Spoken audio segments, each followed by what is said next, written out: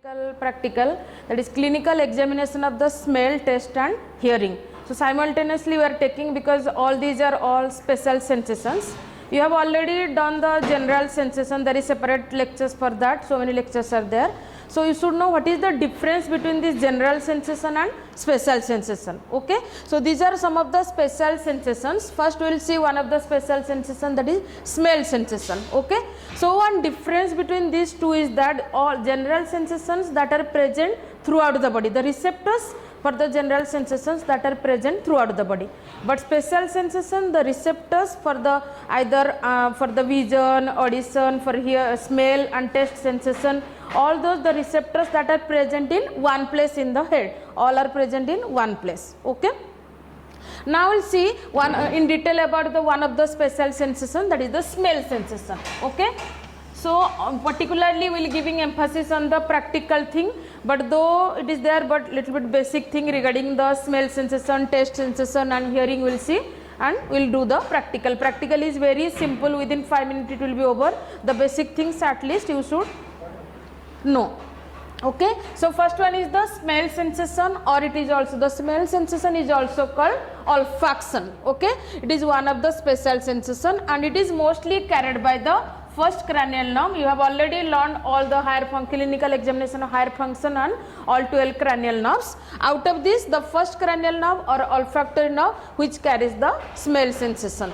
Okay, and it is the olfactory nerve which is arising from the olfactory epithelium. Okay, so inside that olfactory epithelium you will be having, inside the olfactory epithelium you will be having the olfactory mucous membrane. Okay, so in that olfactory mucous membrane the receptors are present. Okay, olfactory mucous membrane, all the olfactory receptors that are present. Okay, which is responsible for olfaction or smell sensations. Okay,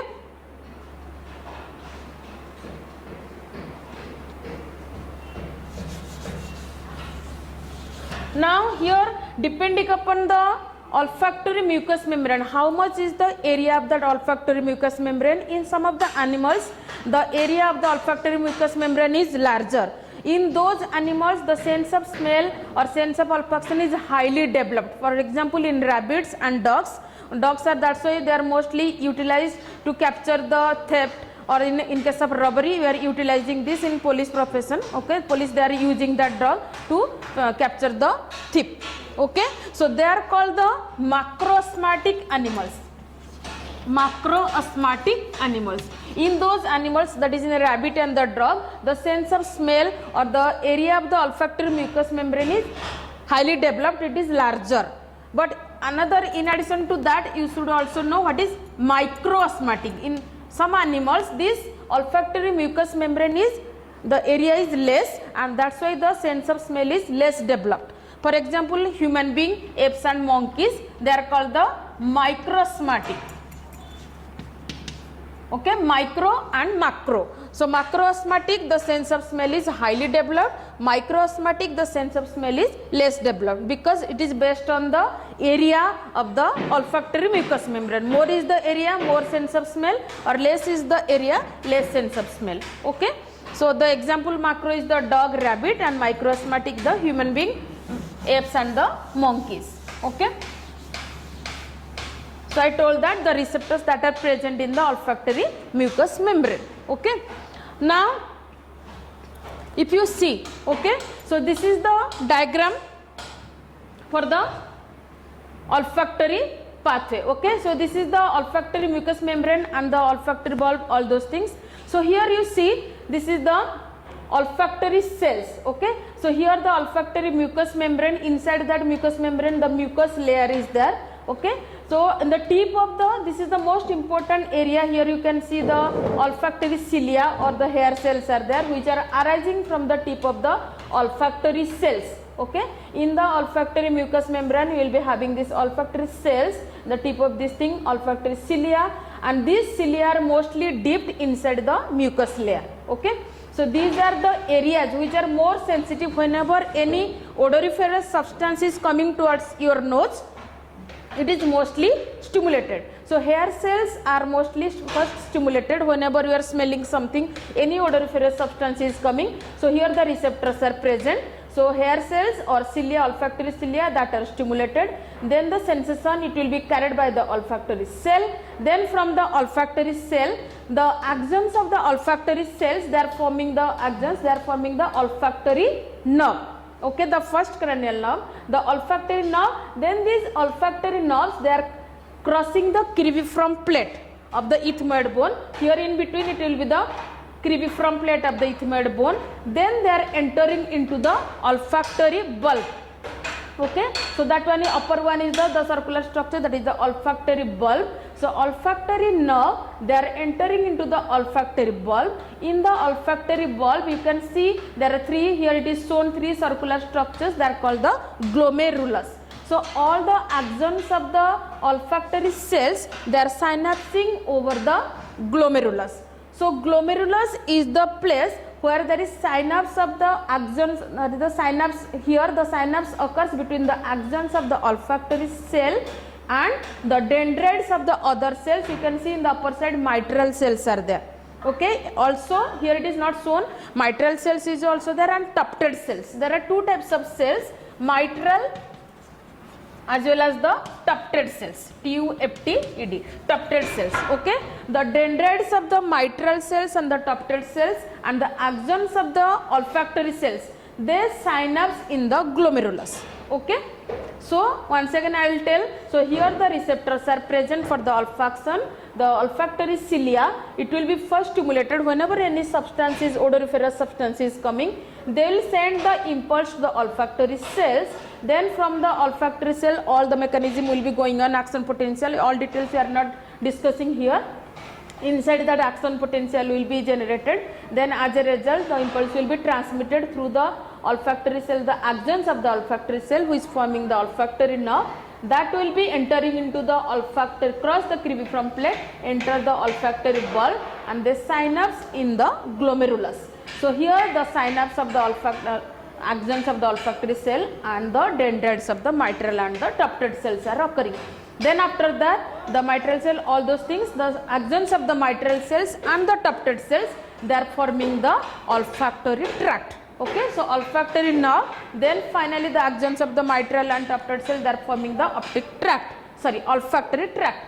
Now this olfactory tract, it will be entering into the brain. Okay, olfactory cortex. All details it will be discussed later. So just remember here olfactory nerve and finally the olfactory tract, which is entering into the cortex, olfactory cortex, mostly the oncus piriform cortex. Okay, that is the detail of this thing. Okay, in short, you should know what is the receptor, how it is stimulated, which nerve is mostly carrying this thing, and where it is synapsing, and what are the cells responsible for that, then how the olfactory tract is forming, and then where finally the sense is going.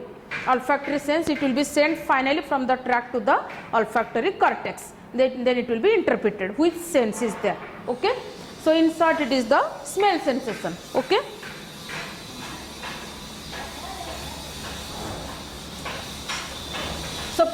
So here now we will see what are the different types of smell sensations we are using. So this is in short about the theory part.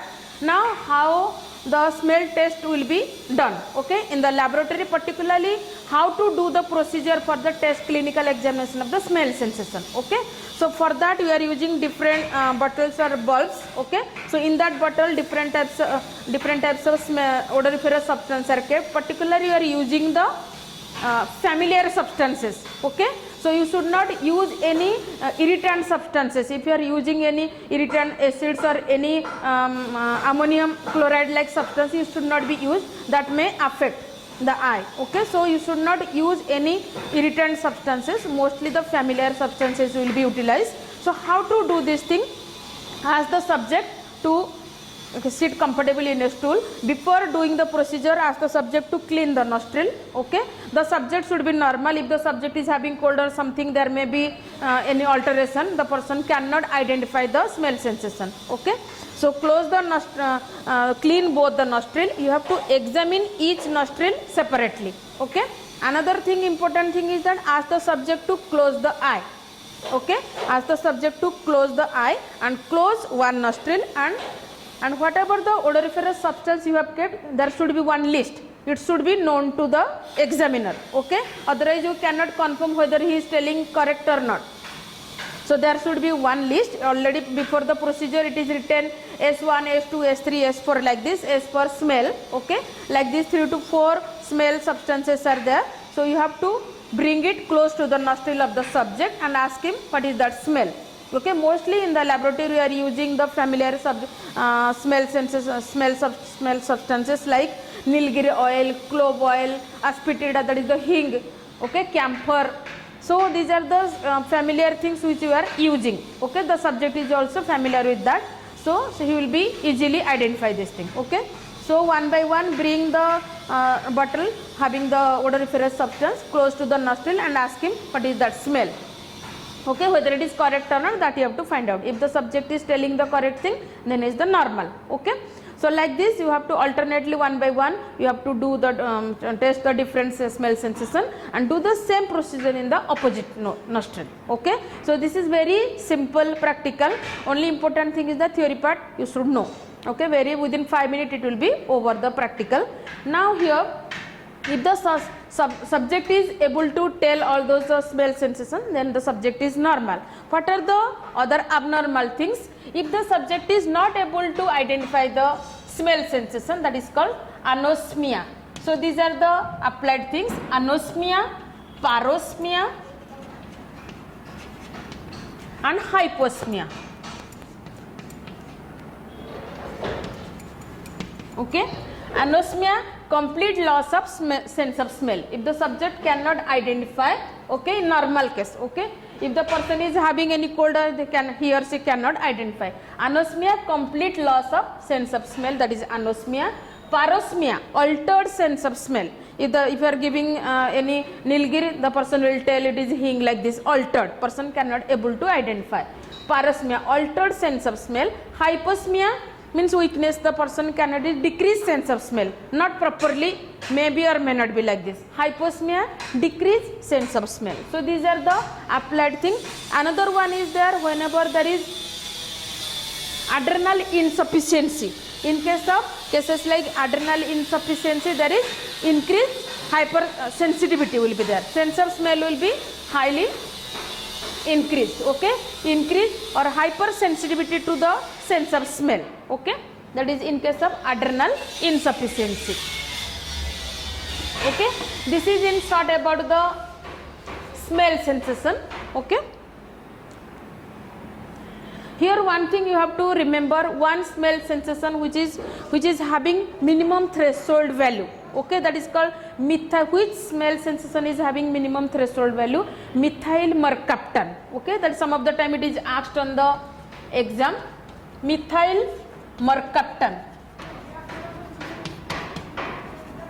Okay, so this smell sensation is having very much minimum threshold value. That's why this one is usually added in the cooking gas, so that if there is little leakage, immediately you can find out there is some leakage of the gas. That's why this smell sensation is only added in the cooking gas, okay, cylinder, so that easily you can identify that. So this is the methyl mercaptan. Okay, this thing only you have to remember. Okay. Now another one. Okay, now next we will see the test. So smell is over, now I will go to the taste sensation. Okay,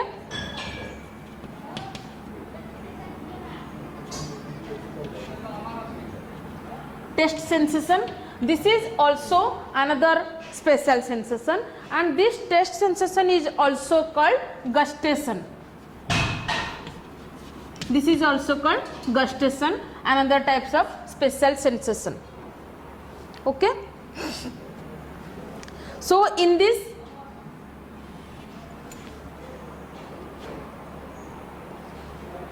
pause taste sensation, I want to tell that what are the unique features of the smell sensation. That is one of the important thing is that in the smell sensation, if you see all other sensations, first important thing is that all other sensations that are passing through the thalamus, all the all the sensations that pass through thalamus, and there is neocortical projection. Okay, but here smell sensation that cannot pass through the thalamus. Okay, they don't pass through the thalamus, and there is no neocortical projection. First important thing. So which is some of the time asked in the exam, the unique features of the smell sensation. Okay, so all other sensation pass through the thalamus and neocortical projection is there, but smell sensation they don't pass through the thalamus and there is no neocortical projection. Second thing is that, second peculiarity here in this case, the smell receptors, if you see it is in the olfactory mucous membrane, the smell receptors they are coming very close, they come in direct contact with the external environment. All other receptors are not coming in direct contact. The olfactory receptors that are coming in direct contact with the external environment. Third one, the receptors for the smell sensation that are telereceptors, okay, and chemoreceptors. Okay, so these are stimulated by any chemical substance, and as well as though it is the telereceptors, you can smell anything from a distance. Okay, so they are the telereceptors as well as the chemoreceptors. Fourth important thing is that the smell receptors that are they are adapted very early and rapidly. Okay, very quick and also rapidly and early they are adapted. So their adaptation is early and rapid. So these are the four important unique features of the smell sensation. Okay, now I will go to the taste sensation. So taste sensation, now just now I told that taste sensation is also another special sensation, and which is called the gustation, okay, and this taste sensation is mostly carried by the sensory part. So in case of smell, whatever the first cranial nerve, which is a purely sensory one. Okay, so smell sensation is carried by the first cranial nerve. Okay, so you have already learned all the most remaining cranial nerves. What are the cranial nerves are remaining here? The first one, okay, and seventh and ninth, that is related to the gustation. So smell sensation is carried by the first cranial nerve. Here the taste sensation, it is carried by the sensory part, because you have already learned the seventh cranial nerve, ninth cranial nerve, all those things that are having mixed, they are mixed now, sensory as well as the motor. So here the taste sensation or gustation, it is carried by the sensory part of seventh cranial nerve, that is the facial nerve, and the ninth cranial nerve, which is the glossopharyngeal nerve. Okay, as well as the 10th. Okay, so gustation or taste sensation, it is carried by the sensory part of the 7th cranial nerve and the 9th cranial nerve and also 10th cranial nerve. They are carried by this thing. Okay, now actually from which part of the tongue the sensations are carried? So mostly from the anterior 2/3 of the tongue, the taste sensation is carried by the 7th cranial nerve. From the posterior 1/3 of the tongue, if you see, it is carried by the 9th cranial nerve, and the posterior part of the pharynx, epiglottis, soft palate, from the pharynx and all those things, the taste sensation is carried by the 10th cranial nerve. Okay, so 7th, 9th and 10th cranial nerve, they are responsible for the gustation. So the taste sensation are carried by these 3 cranial nerves, but smell sensation, it is carried by the first cranial nerve. Okay.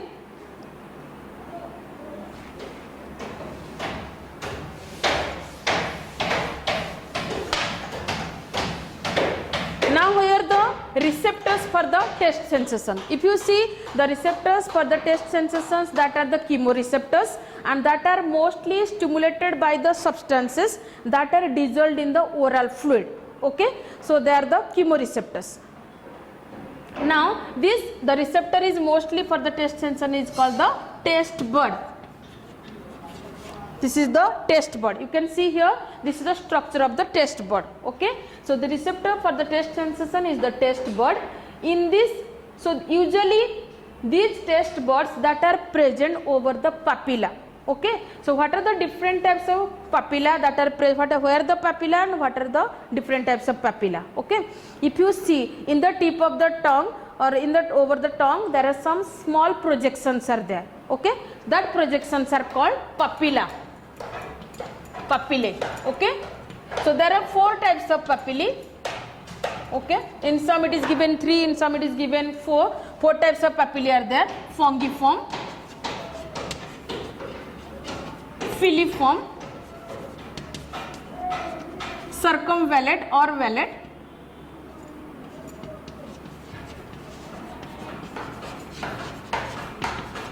and foliate. Okay, so there are 4 types of papilla that are present over the tip of the tongue, and over that papilla the taste buds are present. Okay, depending upon which type of papilla and how many taste buds will be present, that depends. Okay, so if you see the structure of a tongue, okay, so suppose this is the structure of a tongue.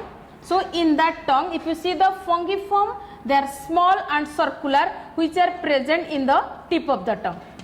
Okay, fungiform papilla, and in this each papilla contains about 5 taste buds. 5 taste buds. Filiform papilla that are from, this is the central line. So filiform papilla that are present in the diverging manner from the midline towards the right and left, they are present in the diverging manner. Okay, so these are the filiform papilla. Circumvallate papilla, which is the most important and most dominant, which is larger, circular. If by looking at this thing, it is present in the posterior side. It is usually present conically in the posterior side, and that are larger one, more prominent over the posterior part of the tongue. Okay, that are called the circumvallate papilla, more prominent, more dominant, and each papilla contains about 100 taste bud. Each papilla contains about 100 taste bud. Now 4th one is the foliate. It is rarely seen, they don't contain any taste bud. So most important is the circumvallate, and fungiform is also there, filiform. In some the foliate is ignored, in some it is 3, or in some book it is given 4. Okay, so these are the different types of papilla. Over that papilla we will be having the taste bud. Okay.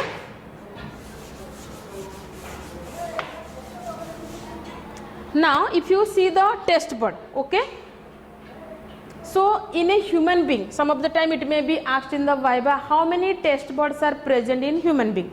So in a normal human being, about 3000 to 10,000 taste buds are present. Okay, normal human being 3000 to 10,000, MCQ question, 3000 to 10,000 the range, the taste buds are present, and the number gradually decreases or degenerates after the age progresses. In old age, particularly 45 to 50 years age, gradually the number degenerates. Okay, or if there is any damage to the nerve, then gradually also it decreases. Okay, usually normal case, as the age increases after 45 to 50, the taste bud numbers degenerates. Okay, now how the taste sensation is carried. If you see this thing, so this is the taste bud. Okay, so here you can see this is the taste pore. In the outer side of the taste bud, okay, this is the taste receptor. Outer side of this thing, taste pore is there. From the taste pore, the taste hairs or cilia or microvilli that are projecting. Okay, so whenever you are taking any substances, any taste substance, maybe sweet, salt or anything, that I will tell. So that will be entering into, that will be when it is you are taking anything, this will be stimulated through this, the microvilli or the hairs, they will be stimulated, then the sensation will be carried to the taste bud. Then from the taste, in the taste bud, the all the action potential, all those things will be produced. Then after that, through the nerve fibers, the taste sensation will be carried. Okay, so these are the taste cells. In addition to that, other supporting cells are also there. So from the taste bud, the taste sensation, whether it is sweet, salt, sour or bitter, okay, depending upon that, the taste sensation will be carried by the nerve fibers. Okay, so each taste bud, it is innervated by about 50 nerve fibers. Each taste bud is innervated by 50 nerve fibers. Okay, now we will see what are the different types of primary taste sensations. Okay,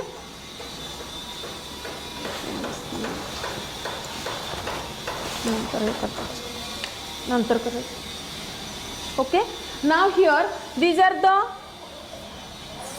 usually 4 are there, one is addition, umami. So what are the primary taste sensations? There are 4 primary taste sensations: sweet, salt, sour and bitter. Okay, so usually 4 are there, in now one added in that is called the umami. So fifth one is also added into that. Okay, sweet, salt, sour and bitter, there are 4 primary taste sensations and addition is the umami.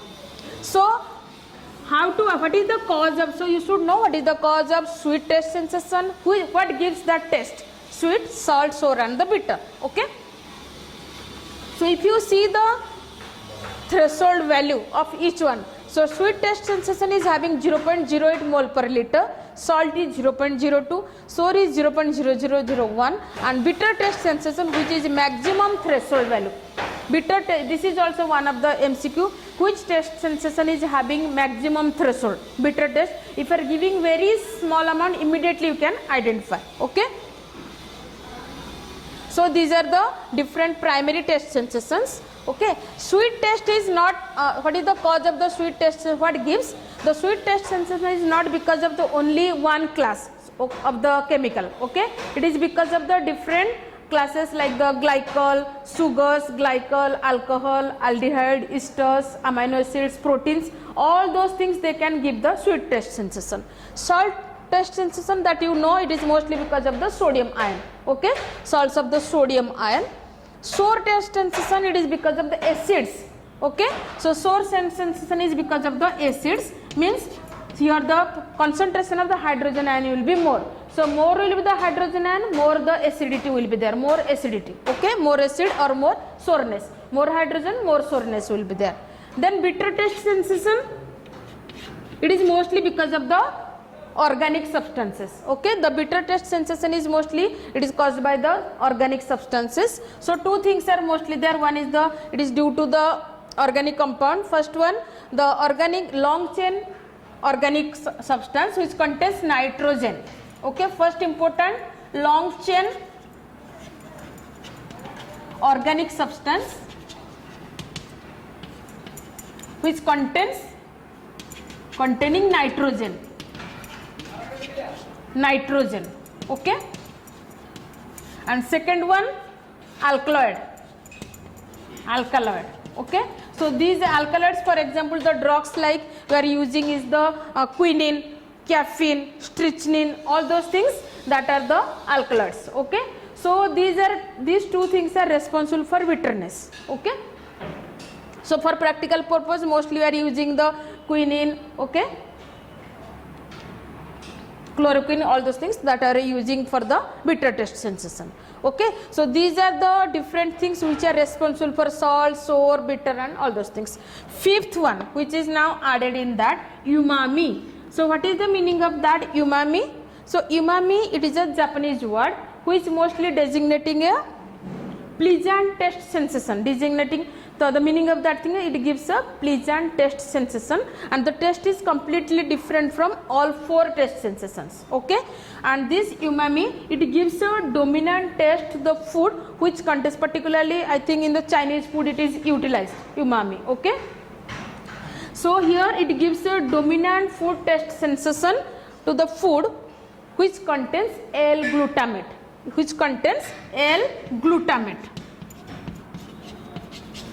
Okay, so the food which contains, particularly gives a dominant taste to the food containing L-glutamate. So that is the additional one, umami. It has no taste but it's completely different from all 4. It gives a dominant taste. Okay, so these are the different types of primary taste sensation, the cause of each taste sensation and the threshold value of each one. Another thing you have to remember, which is commonly asked, bitter taste sensation is having maximum threshold value and additional is the umami. Okay,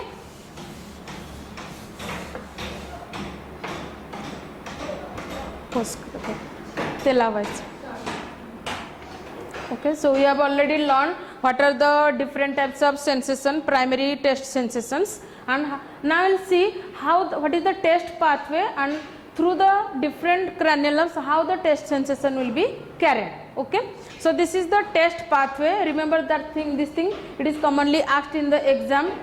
Draw neat level diagram of the taste pathway. Okay. So this is commonly asked. So a little bit I have already told, this is the structure of the anterior part of the tongue and this is the posterior part of the tongue. So the taste sensations from the anterior two-third of the tongue, it is carried by the coda tympani branch of the 7th cranial nerve, then it passes through geniculate ganglion, then entering into the nucleus tractus solitarius in the medulla. Okay. Now taste sensation from the posterior one-third of the tongue, it is carried by the 9th cranial nerve, that is the glossopharyngeal nerve, then it is entering through the petrosal ganglion and enters into the finally the synapse in the nucleus tractus solitarius in the medulla. Third one, the taste sensations from the posterior part of the pharynx, epiglottis, soft palate and posterior part of the pharynx, it is carried by the 10th cranial nerve, vagus nerve through the nodus ganglion, then it is entering into the nucleus tractus solitarius. Okay. So three things I have already told. So in short, the taste sensation from anterior two-third carried by the coda tympani branch of the 7th cranial nerve, posterior one-third it is carried by the 9th cranial nerve, glossopharyngeal, and posterior part of the pharynx, epiglottis, subpalate and as well as the pharynx, it is carried by the 10th cranial nerve. So all those 3, 7th, 9th and 10th cranial nerve, they are taking the sensation, taste sensation from different parts of the tongue. They synapse in the nucleus tractus solitarius in the medulla. So this is the first order neuron. Then after that the second order neuron starts. So this is the second order neuron, they cross the midline, though it is the second order neuron, they cross the midline, they go to the ventral posterior medial nucleus of the thalamus. The second order neuron starts, they cross the midline and they go to the synapse in the ventro-posterior medial nucleus of the thalamus. Okay. Then from the thalamus, the third order neuron starts, they go to the gustatory cortex. Okay. So it is a third order neuron pathway. First order neuron, it carries the sensations from the different parts of the tongues via 7th, 9th and 10th cranial nerve. Synapse in the nucleus tractus solitarius of the medulla. Then after that second order neuron cross the midline, then synapse in the ventroposterior medial nucleus of the thalamus, then third order neuron starts, then the synapse in the gustatory cortex. Okay. So now finally in the gustatory cortex the taste sensation will be interpreted. Okay. So this is the taste pathway which is commonly asked in the exam. You have to draw it for 5 marks, it is commonly asked. Okay. Now here what is the procedure to do the taste sensation, test clinical examination of the taste sensation. Now I will discuss how to do the procedure for the taste sensation. Okay. In the taste sensation we are using 4 different taste substances, sweet, salt, for sweet the sugar or something, salt, sodium, that is a common salt. The sour sensation we are using lemon or something, lemon juice. Okay. And bitter taste sensation, quinine tablet, like this we are using this thing. So there will be 4 different bottles or the test tubes will be there. We are making the solution of the 4 things and naming it as the though it is the taste sensation T1, T2, T3, T4. So we will be having the chart with us. Okay. The examiner has to be the examiner has to be that list. Okay. So what is T1, what is T2, what is T3 and T4, the examiner should know that thing. Okay. Now ask the subject to sit comfortably, clean the tongue.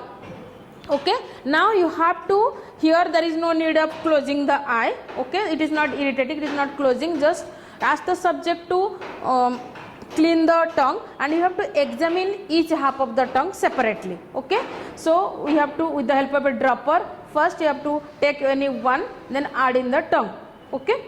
Now in this case important is that the subject should not, after adding the solution, the subject should not take the tongue inside and the subject should not tell. So just you have to ask the subject to inform or to write in that one paper he has to give and ask the subject to write whether it is in his language, whether it is sweet, okay, good, kharat, like this. Okay. Like the subject can write in the paper. Okay. He should not or she should not tell what is that. Okay. So this is the difference. In smell you can tell, but in the test ask the subject to write that test, sweet, salt, sour or bitter. Okay. So like this you have to do it. So same thing, so don't add the same test repeatedly, alternately you have to sweet, then bitter, then salt, then sour, alternately you have to add the solution. Then do the same procedure in the opposite half. One thing you have to, after suppose you are adding the sweet test, then after that with the help, every time you are not supposed to clean it, so you can use the filter paper or any blotting paper, okay. So just clean it with the help of that filter paper, just wrap it and another once again it will, so that it will be clean, then add another one, okay. So otherwise you can, every time you have to go and clean the tongue, then once again you have to add. In spite of that, every time you have to use the filter paper, clean it, then add second one, okay. Then ask the subject to inform. So this is the procedure, very simple, like the smell test sensation and test sensation, okay. So you can in this way do the smell and test sensation. Now third one, you have to do the how to examine the auditory, okay. Test for hearing and deafness. So theory part of the hearing, it is already covered in theory, all details of the theory. Now only we will do the practical thing, which is very much important. In the practical, it is kept in the exam. How to do the test for hearing and the deafness, okay. Test for hearing and deafness.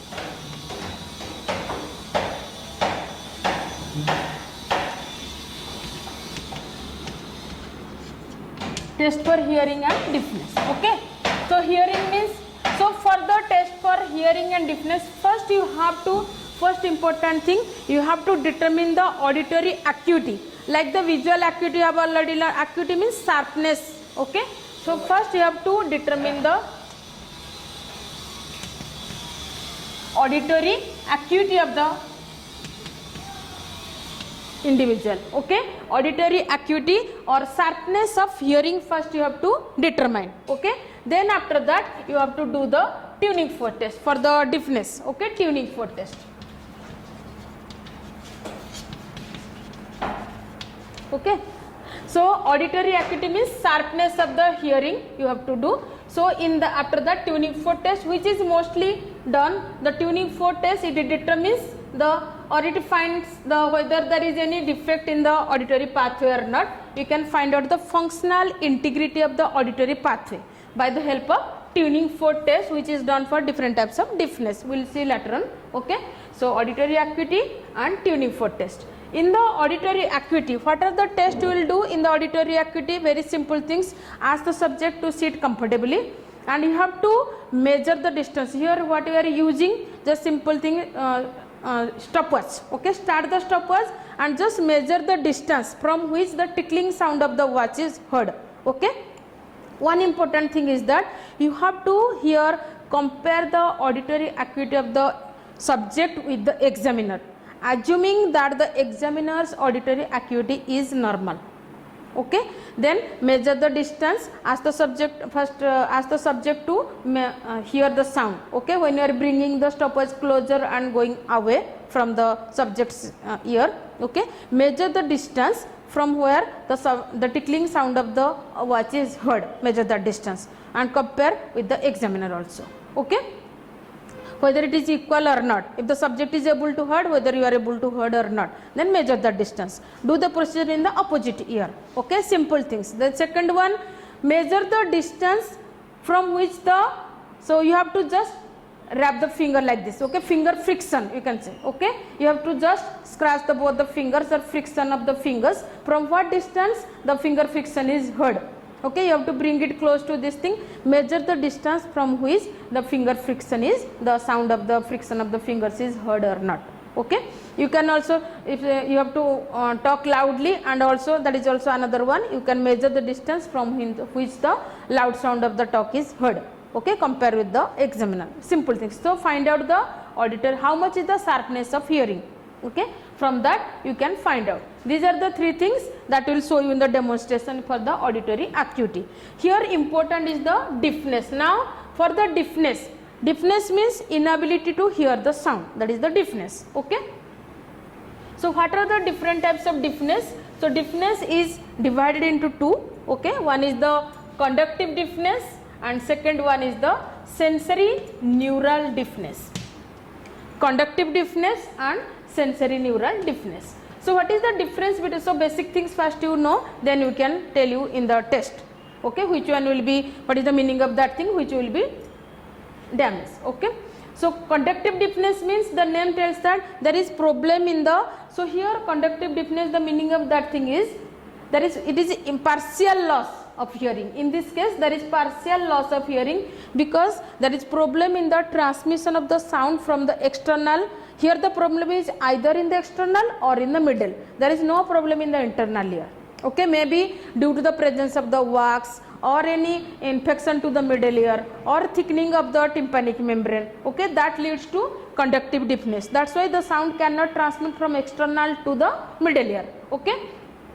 So here there is no problem in the internal ear, that's why it is the partial loss of hearing, okay. So conductive deafness. Sensory neural deafness or nerve deafness, it is also called sensory neural deafness or nerve deafness.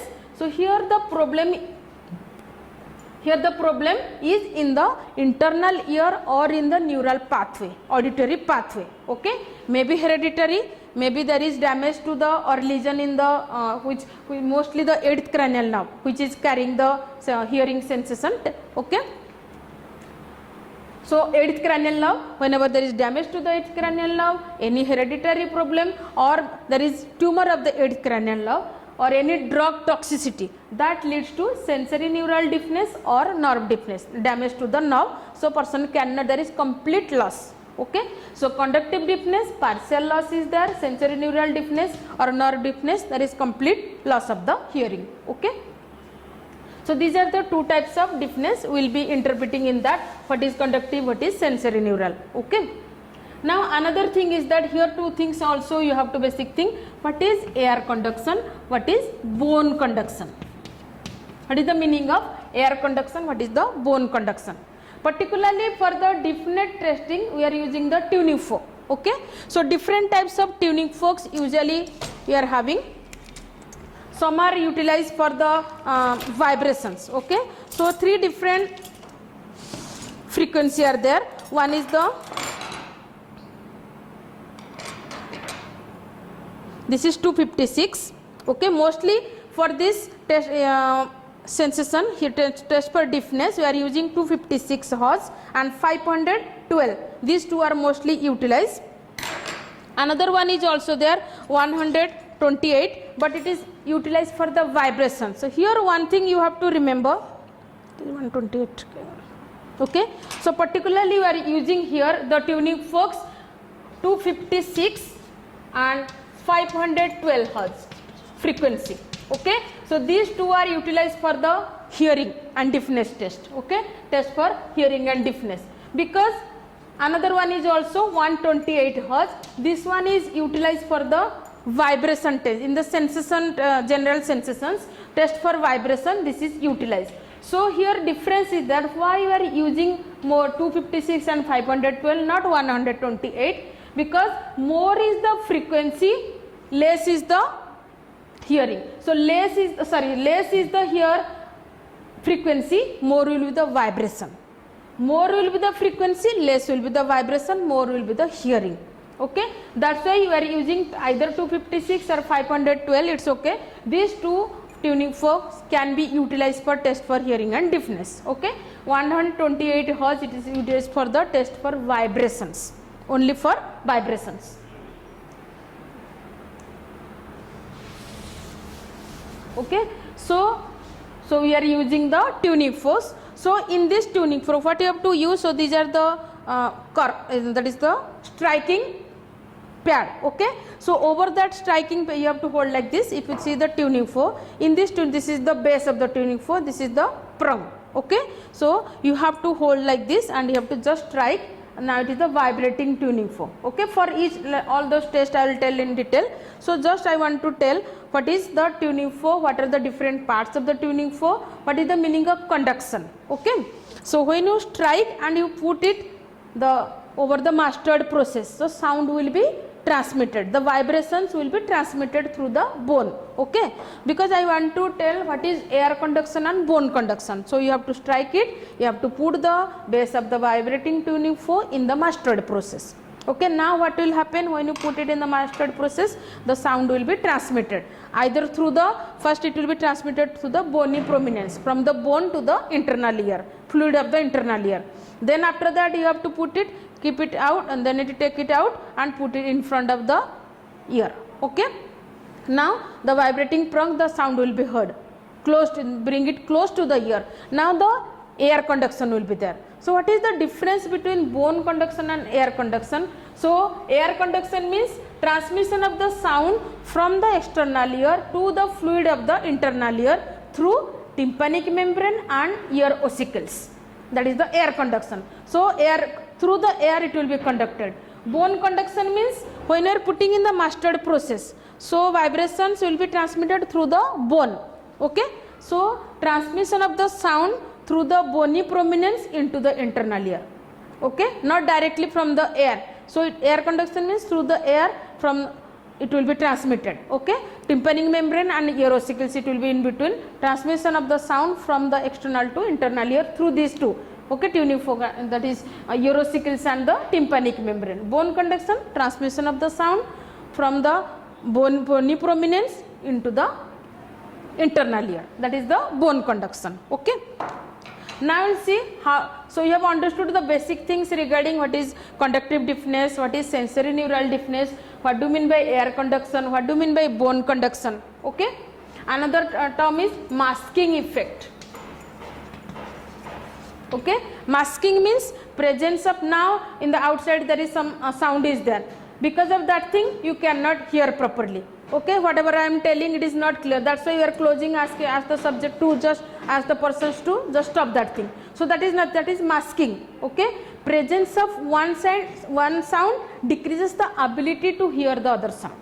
So that sound is masking. That's why my sound is not heard properly. So that is nothing but the masking. Presence of one sound decreases the ability to hear the other sound. Okay. So these are the basic things regarding the deafness. Now we will see what are the tests for the deafness. Okay. There are 3 tests. One is the Rini test. Rini's test. Okay. So in every case you have to find out the air, compare the air conduction and the bone conduction of the subject and the examiner. Okay. So one is here, you can get it. One is the Rini test, then Weber test and Sobek test. How to do that thing? First important thing is that in the Rini, how to do the Rini test. Okay. So in the Rini test, so what you have to do first, you have to take the tuning fork like this. Okay. So this is the striking pad, just strike it and you have to put the base of the vibrating tuning fork in the mastered process like this. Okay. When the sound is no longer audible, when it stops, then bring it close to the external auditory meatus. Whether it is heard or not, that if the sound is heard, that means now it is air conduction, here it is bone conduction. Okay. So I will show in the demonstration. So if the sound is heard later on when it is kept in the external auditory meatus, then air conduction is better than the bone conduction. That means Rini test is positive. If air conduction is better than the bone conduction, so once again I want to tell, so you have to start vibrating, put the base of the vibrating tuning fork in the mastered process. When the sound is no longer audible, bring it close to the external auditory meatus. If it is heard, then air conduction is better than bone conduction. This is called Rini test positive. Okay. If bone conduction is better than air conduction, then Rini test is negative. Okay. So this is conductive deafness. This indicates the, if bone conduction is greater than air conduction, this is called conductive deafness. This is Rini test negative. If Rini test is positive, 2 things can occur. You can diagnose 2 things. If Rini test is positive, either it can be normal ear or it can be sensory neural deafness on that particular ear. Okay. If Rini test is positive, either it can be normal or it can be sensory neural deafness. So for confirmation, you have to do the second one, Weber test. You have to do the second test, Weber test. Okay. For whether it is normal or both the things can occur.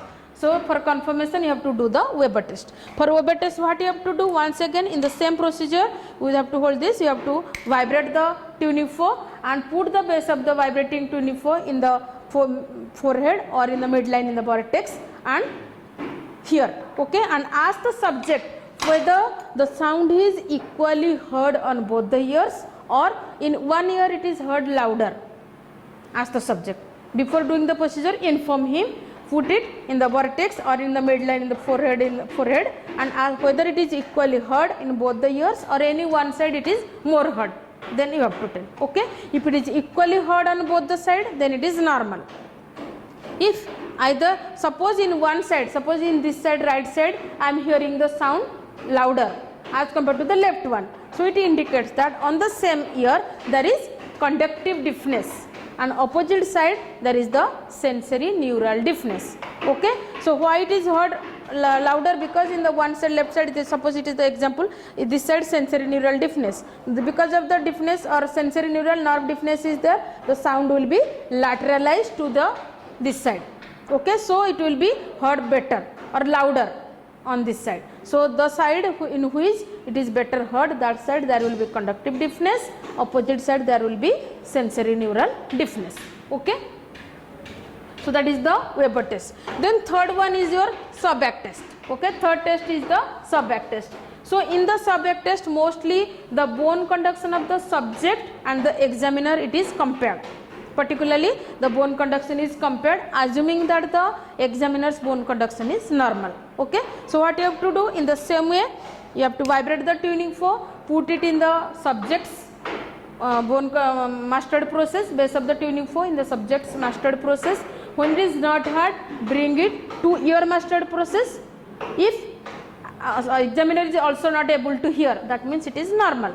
If the bone conduction of the subject and the examiner is equal, then it is normal, okay. If the bone conduction of the subject is worse than the examiner, then it will be conductive deafness, okay. Then if the bone conduction of the subject is better than the examiner, then it is sensory neural, okay.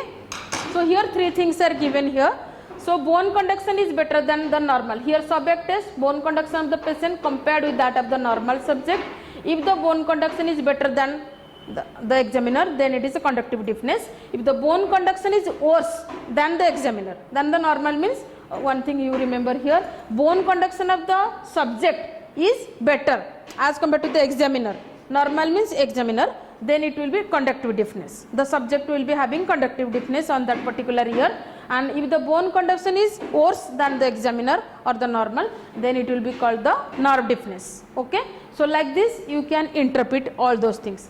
So Rini test, first important, once again in short just I will revise. Rini test, air conduction and bone conduction. If air conduction of the subject is or anyone is, air conduction is better than bone conduction, it is positive, okay.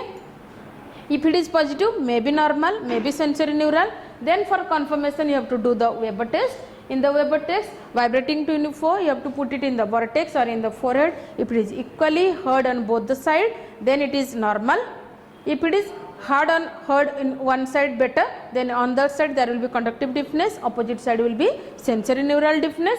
Then third one, Sahoo test, you have to compare the bone conduction of the subject with the examiner. If the sound is or the bone conduction of the examiner and subject both are equal, then it is normal.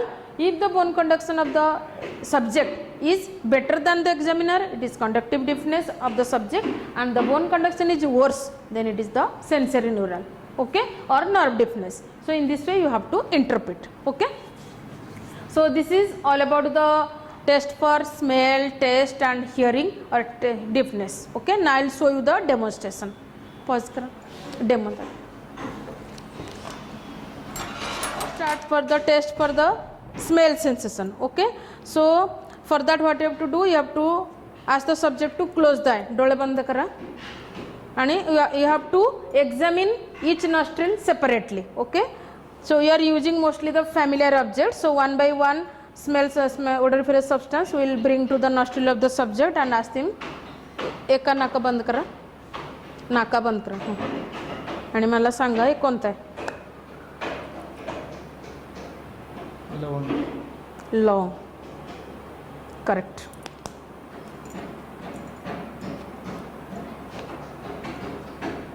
बघू नका. हे काय? हिंग. बरोबर आहे, हिंग. हे काय? कापूर. कापूर. Okay, इकडे बंद करा, इकडचं नाक बंद करा.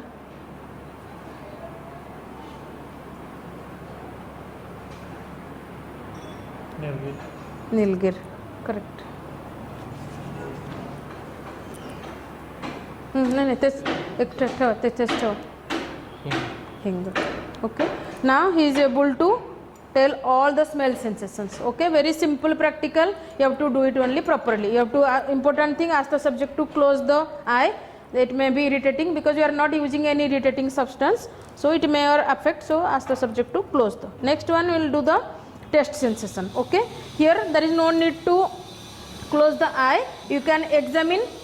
जीभ बाहर काढा, थोड़ा खाली काढा. हाँ, जीभ बाहर काढा. Okay, he has already, so before that you have to ask the subject to clean the mouth, clean the tongue. Okay, you have to examine. जीभ बाहर काढा. Examine each tongue separately. Half of this thing. Okay, half of the tongue, each half of the tongue separately. Okay, गोड. बोलायचं नाही. You have to, काय तुम्हाला लागते याच्यामध्ये लिहा. ठेव, ते लिहायचं. So here one thing you have to remember that here the subject has to write. Okay, what is the test? The subject has to write. He should not tell. Okay, लिहायचं इथे काय. हां, जी बाहेर काढा.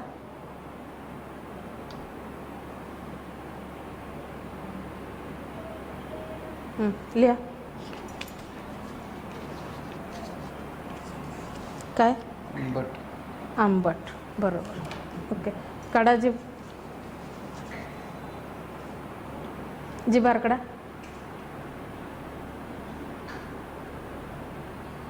आता गोड.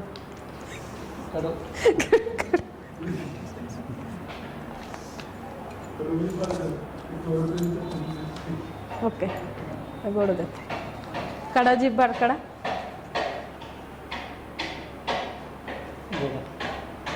लिहा. काय? बोलायचं नाही. गोडच. Okay, so like this you have to examine each half of the tongue separately. Okay, and subject should write like this in the paper. He should not tell. Okay, for smell you can tell, but taste subject has to write what is the, whether good, kharat, bitter, like this. Okay, now so this is for the smell and taste sensation. Now I'll do the this thing, test for hearing and deafness. हे काढून ठेवायचं. हां, हे काढून ठेवा. हां, पच करू.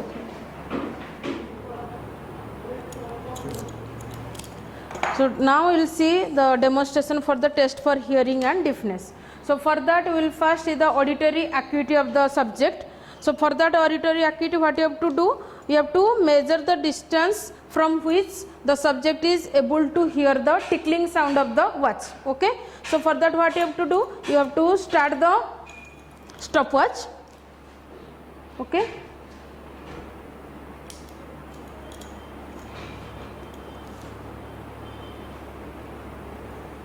ऐकू आले तर सांगा. एक मिनिट या, मेजर करा. येते आता? चलते. येते ऐकू आता? येते, मेजर करा. So now it is 17 centimeter. Okay, other side also you have to do. From what distance the subject is able to ऐकू येते?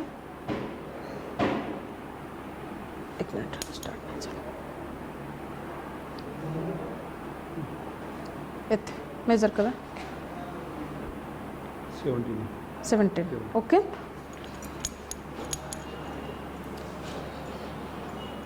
you have to measure that distance. अजून एक. Now second one, finger friction. Okay, so I have to just do the friction like this and ask the subject at what distance. Akete आले की सांगा किती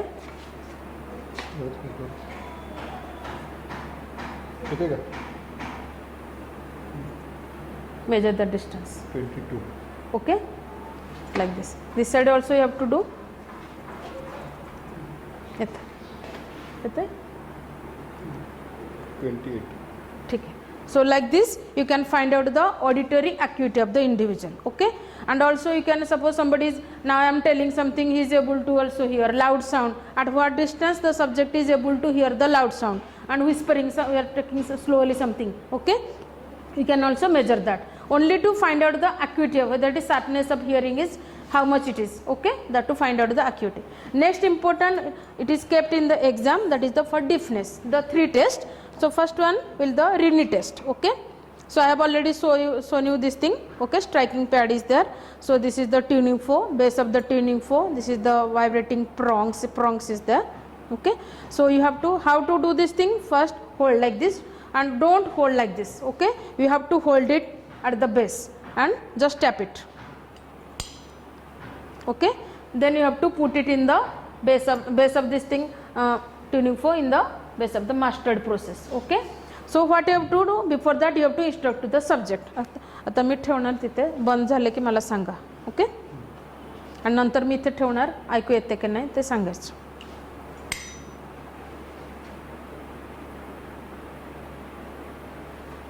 संपले की सांग येते.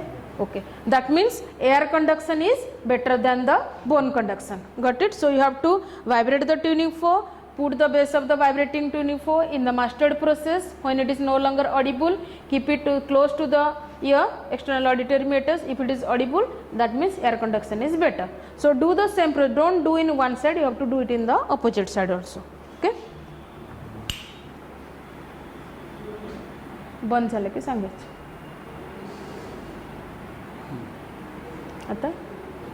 So air conduction is also in both the side, right side, because in your journal one table is there, you have to fill that thing. Rini test, left side, right side, air conduction is greater than bone conduction, air conduction is greater than bone conduction, normal. So you have to write like this. Okay, then second test. Now here it indicates that Rini test is positive.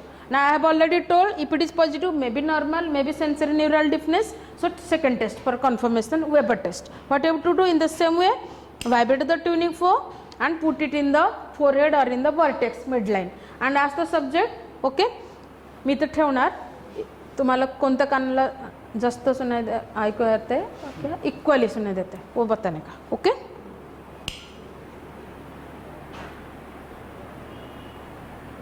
बहुत सारी code दोन्ही साइडला सारखं. That means the sound, he is telling that the sound is equally heard on right and left, both the side. That means it is normal. Okay, suppose the subject tells that right side he is hearing better or louder, that means it indicates on that right side there is conductive deafness, opposite side is the sensory neural deafness. Okay, so this is the Weber test. Third one, Sobek test. Okay, you have to compare the bone conduction of the subject with the examiner, assuming that my bone conduction is normal or examiner's bone conduction is normal. Okay, ते बंद झाले की सांगायचं मला.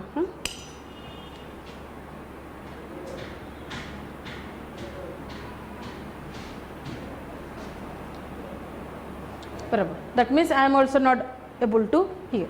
Okay, opposite side also you have to do.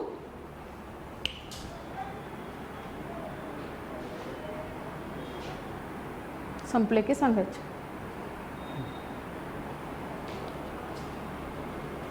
Okay, it is also not audible. That means the bone conduction of the subject is equal to the examiner, so it is normal. Okay, no deafness is there. Rini test is also, it is positive, it is no deafness, and Weber test interpretation, it is equally heard on both the ears. And third one, Sobek test, bone conduction of the subject is equal to bone conduction of the examiner, so it is also normal, so no deafness. Okay, so like this you can do out of this thing which is in the exam it is kept. Okay, maybe Rini test, Weber test or Sobek test. Okay.